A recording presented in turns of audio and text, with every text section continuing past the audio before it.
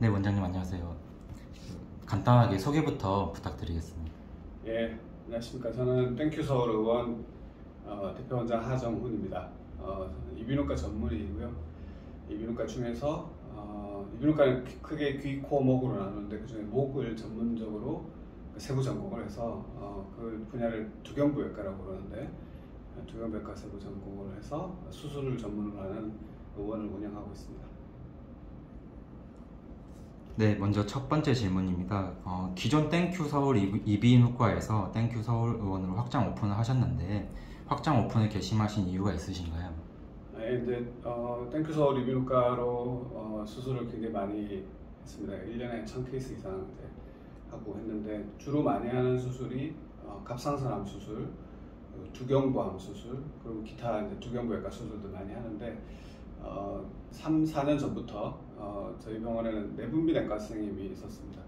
지금도 있고요. 그 이유가 갑상선암 수술을 많이 하게 되면 갑상선암 진단도 그렇고 수술 후 관리에 내분비내과 선생님 역할이 크거든요. 그래서 내분비내과 선생님이 있는 상태였고 거기다가 병원 수술이 많아지고 하니까 환자분의 편의를 위해서 병리과하고 영상학과, CT 촬영하는 거 이런 것들을 이제 보완하려고 생각하니까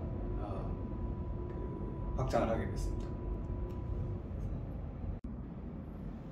그러면 확장 오픈을 하시고 기존 이비인후과에서 이제 어떤 점이 크게 달라지셨는지 말씀 부탁드리겠습니다.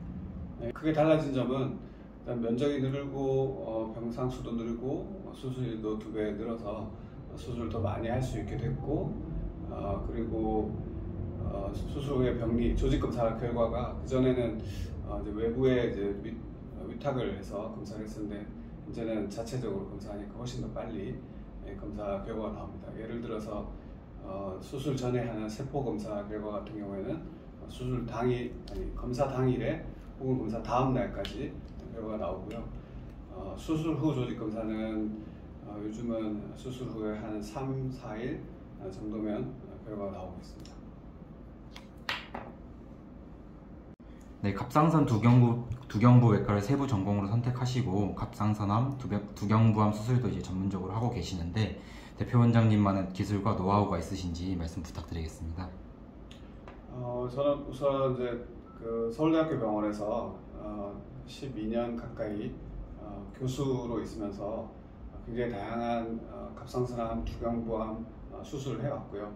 그 경험을 바탕으로 현재 이제 진료하고 수술하고 있습니다. 대학병원에서는 이제 교수가 수술을 처음부터 끝까지 하기는 어렵고 교육병원이기 때문에 교육국도 하고 진료도 하는 그런 진료를 하는데 현재는 제가 수술의 처음부터 끝까지 그 피부 열고 닫는 봉합까지 하기 때문에 좀 더 환자분들한테 도움이 많이 되는 그런 진료를 하고 있다고 생각합니다. 네, 그렇다면 땡큐 서울 의원만의 차별화된 전략이 있다면 말씀 부탁드리겠습니다. 네, 땡큐 서울 의원은 이제 크게 그 갑상선암과 두경부암 진료를 중점적으로 하고 있는데요. 갑상선암이든 두경부암이든 일단 진단을 정확하고 빨리 하는 것이 굉장히 중요합니다. 그래서 저희 자체 병리과가 있는 거고요. 그런데 이제 갑상선암은 진단을 하더라도 바로바로 수술을 모든 환자에서 하는 것은 아니기 때문에 적정한 환자에 맞는 최적의 치료를 하기 위해서 그런 고민들을 많이 하고 치료를 하고 있고요. 두경부암 같은 경우에는 빨리 진단하고 빨리 치료할수록 예후가 더 좋기 때문에 조기 진단과 빠른 수술 일정 그런 것들을 위해서 노력하고 있습니다. 네, 암 하면 보통 위암이나 대장암을 주로 떠올리시는 분들이 많은데 매년 통계에서 갑상선암이 남녀 통틀어서 상위권을 차지하고 있습니다. 이렇게 갑상선암이 많이 발생하는 이유가 무엇인지 말씀 부탁드리겠습니다. 갑상선암이 많이 발생하는 이유가 구체적으로 잘 알려져 있지는 않습니다. 뭐 대부분의 병들이 그렇지만 그 원인 이런 걸 정확하게 알기는 어렵고요. 그렇지만 이제 갑상선암은 모든 갑상선암, 아주 작은 갑상선암까지 꼭 치료를 해야 되는 건 아니기 때문에 진단하고 수술 없이 추적 관찰하는 그런 치료 전략도 있습니다. 그래서 많이 발생은 하지만 예후가 좋고 모든 환자가 수술이 필요한 건 아니다. 그런 관점에서 진료를 하고 있습니다. 네, 갑상선 수술과 관련해서 학회에서 이견이 있어 왔는데 현재는 가이드라인이 어떻게 되는지 그리고 어떤 사람에게 수술을 주로 시행하는지 알고 싶습니다. 네, 갑상선암은 2015년에 미국에서 미국 갑상선학회에서 가이드라인이 개정되고 2016년에 대한갑상선학회 가이드라인이 개정되면서 그 전과는 굉장히 다른 진료를 하고 있습니다. 그때부터 바뀐 것이 크기가 1cm가 되지 않는 작은 갑상선암은 검사도 하지 않고 관찰하는 것을 권하고 있긴 하고요. 그래서 수술도 1cm가 넘는 경우에 수술을 권하는 것이 현재 가이드라인입니다. 이것은 이제 갑상선암 중에 가장 흔한 유두암에 대한 그런 기준이고요. 그 다음으로 흔한 여포암은 이제 진단이 굉장히 어려운 암인데 여포암에 대해서는 현재 2cm를 기준으로 수술을 권하는 그런 가이드라인이 새로 나온 게 있습니다. 두경부암도 많이 생소한데 특히 흡연과 연관이 깊다고 들었습니다. 실제 흡연하면 이런 위험이 어느 정도 되는지 말씀 부탁드리겠습니다.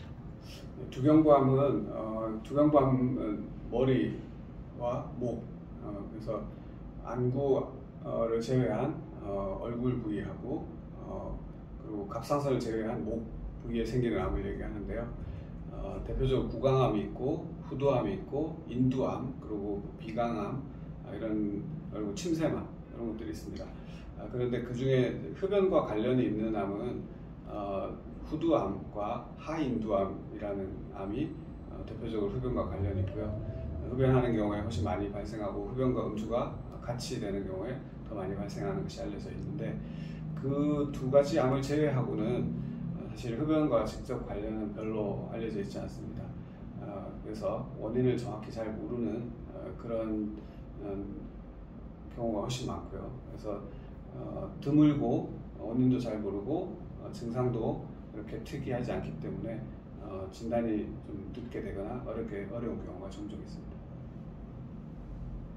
네, 갑상선암, 두경부암에 대한 경각심을 높이기 위해 꼭 당부하고 싶은 말이 있다면 어떤 게 있을까요? 네, 갑상선암과 두경부암은 굉장히 다른 암인데요. 갑상선암 같은 경우에는 과잉 치료에 대한 논란이 좀 있습니다. 그래서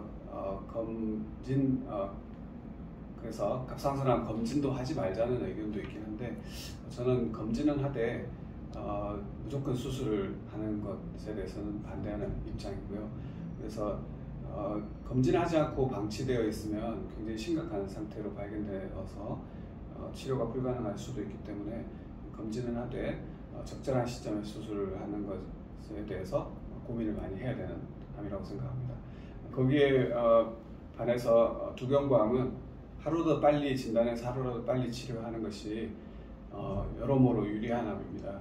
예를 들어서 혀에 생긴다든지 후두에 생긴다든지 이런 암 자체 혹은 암 치료 과정 중에 중요한 기능을 상실하거나 미용적으로 문제가 생기는 경우들이 종종 생길 수 있거든요. 그래서 조기 발견이 굉장히 중요한데 드문 암이기 때문에 사실 조기 발견하고 조기 진단하는 것이 현재로서는 그렇게 쉬운 그런 상태는 아닙니다. 그렇지만 관심을 갖고 조금이라도 이상이 있거나 관심이 있을 때 이비인후과 특히 이제 이쪽 두경부 쪽을 잘 보시는 분한테 진료를 보고 빨리 진단받는 노력을 할 필요는 있겠습니다. 네, 마지막 질문입니다. 이쪽 분야에서 실현하고 싶으신 목표가 있으신지 꼭 이것만큼은 이루고 싶은 바가 있다면 말씀 부탁드리겠습니다. 네, 현재 우리나라는 대학병원과 의원급의 그 진료 수준의 차이가 좀 많이 있습니다. 특히 이제 갑상선암과 두경부암에서 그런데 그 일본 같은 경우에는 갑상선 전문 병원들이 굉장히 세계적으로 유명한 병원들이 많거든요. 우리나라에는 현재 없기 때문에 그런 갑상선과 두경부를 전문적으로 진료하는 전문 병원을 만드는 게 꿈이고 그 전문 병원이 대학병원보다 훨씬 더 접근성이 좋아서 많은 분들이 쉽게 진료받고 쉽게 수술을 하고 할 수 있는 좋은 그런 의료 시스템이 되었으면 하는 바람이 있습니다. 네, 오늘 인터뷰 정말 감사드립니다. 감사합니다.